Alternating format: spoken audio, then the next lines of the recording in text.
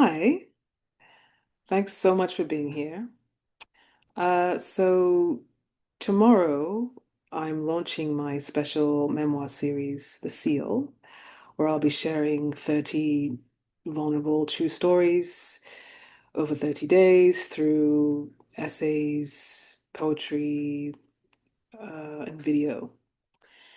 And many of the stories that I'll be sharing in the series just very similar to my first book, Never Make a Sound, involved me going to back to revisit some experiences, memories that are incredibly difficult to be in, to sit in, to relive, to remember, or they are just downright traumatic.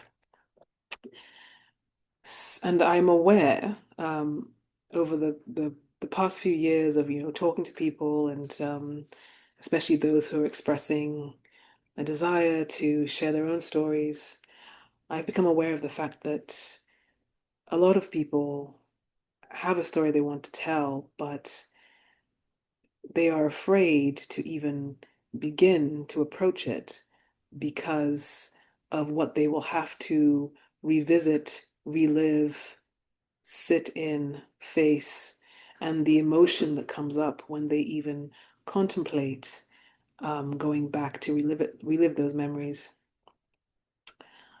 I relate to it. I definitely know that sometimes when you think of telling a particular story or memory, it can be physical almost, the fear that comes up. It just comes up as this, I envision it as this almost like a black, uh, rock of fear that just, is pushed up in you. And it essentially acts as this boulder that's standing at the mouth of this cave that you need to go into in order to tell the story. So I relate to that. I've experienced it. And I want to, I thought I would offer how I move through the blockages that come up around that and break it down so that I can actually sit in, tolerate the experience of going back to any particular memory or story and actually be able to retell it and write about it. So I'll talk about what I do and what I did do for specific stories I'm thinking about that I'll be sharing in the series. So the first thing was that I was aware that in going back to revisit these stories to retell them, I would most likely be dysregulated afterwards after doing it. And so I was very aware of that and took that into account when considering when and where I would even tackle these writing these stories. Because being aware that if I'm going to be dysregulated after doing it, where will I be? Will I be in a place where I'll be able to, safely regulate? So that's the first thing that, I had to be aware of.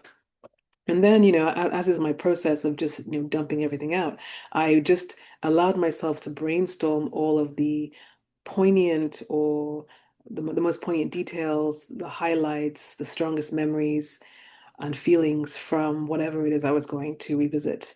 And I would just dump it all out, write the strongest things that were coming to me. And then I would step away for a bit. I would walk away for a few days. Um, Again to regulate and to let the strength of the feeling ease. Then I would come back to it after a few days. And when I would come back to it, I would, essentially break what I'd written down into moments, moments or elements that I could tackle one at a time. And then I would tackle them each one on a different day. So I'd pick one for every day going forward. And doing it that way, that process lessened, the strength of the emotion and allowed me to actually allowed it to actually be doable, going in and sitting again in those stories because it was being done in increments and being broken down. Um, so, that made it more tolerable.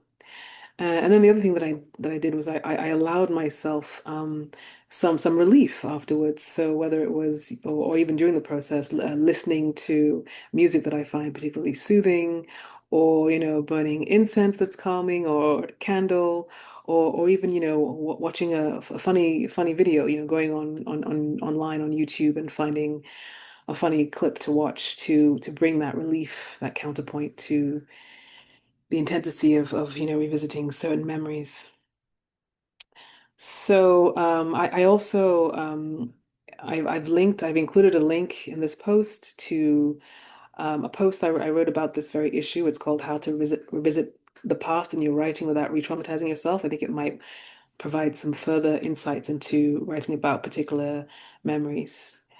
Um, yeah, I hope that if you are on this journey too, that provide that this has been helpful to you, and maybe finding a way to approach certain things in your story, or even just hope it can lead you to finding your own process of doing that. Uh, Thanks so much for watching.